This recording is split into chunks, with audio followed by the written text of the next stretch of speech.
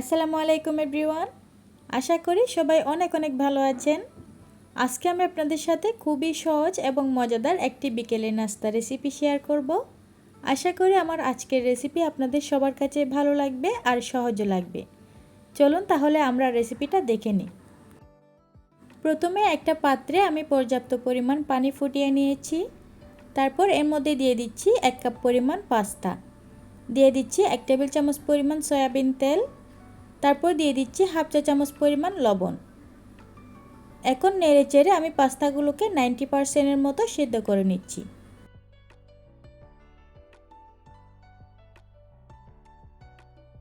এই তো আমার পাস্তাগুলো সিদ্ধ করা হয়ে গিয়েছে। এখন এই পাস্তাগুলোকে আমি একটা স্ট্রেনারে ঢেলে নিচ্ছি এবং পরিষ্কার ঠান্ডা পানি দিয়ে আমি ধুয়ে নিচ্ছি।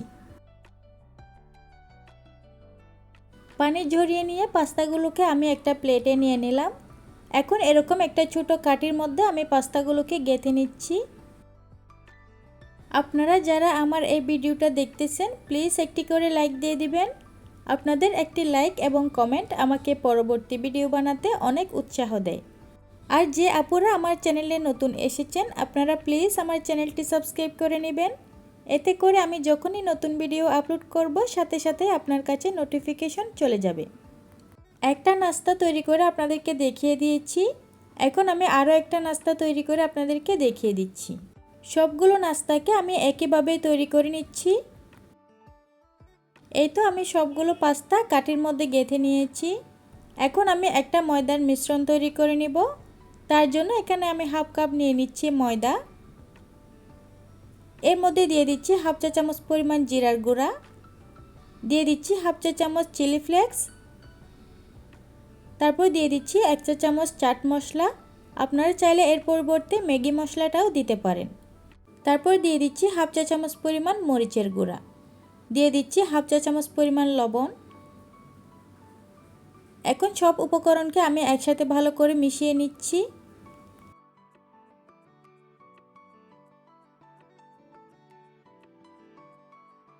মিশিয়ে নেওয়া হয়ে গেলে এখন আমি এখানে অল্প অল্প করে নর্মাল পানি দিয়ে একটা ব্যাটার তৈরি করে নিব। ব্যাটারের ঘনত্বটা আমি আপনাদেরকে একটু পরে দেখিয়ে দিচ্ছি। আমার রেসিপিগুলো যদি আপনাদের কাছে ভালো লেগে থাকে তাহলে প্লিজ ভিডিওতে একটি লাইক দিয়ে দিবেন। আর এরকম আরও নিত্য নতুন সহজ রেসিপি পাওয়ার জন্য আমার চ্যানেলটি সাবস্ক্রাইব করে আমার সাথেই থাকবেন। আমি চেষ্টা করি আপনাদের সাথে সহজ এবং মজাদার রেসিপিগুলো শেয়ার করতে।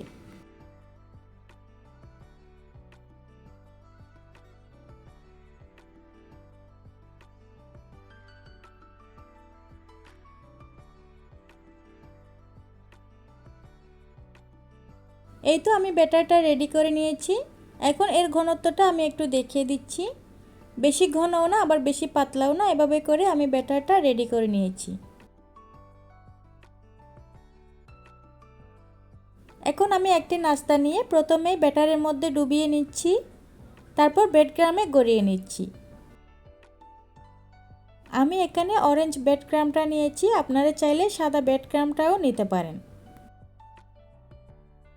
এই নাস্তাটা তৈরি করা অনেক বেশি সহজ আর খেতেও কিন্তু অনেক বেশি মজাদার। মাত্র 5 মিনিটে আপনারা এই নাস্তাটা বানিয়ে নিতে পারবেন। বাসায় মেহমান আসলে আপনারা ঝটপট 5 মিনিটে এই নাস্তাটা বানিয়ে মেহমানদেরকে দিতে পারবেন। এই তো আমি একটা নাস্তা রেডি করে নিয়েছি। দেখতে পারতেছেন দেখতে কতটা সুন্দর লাগছে। সেমভাবে আমি আরও একটা নাস্তা বানিয়ে আপনাদেরকে দেখিয়ে দিচ্ছি।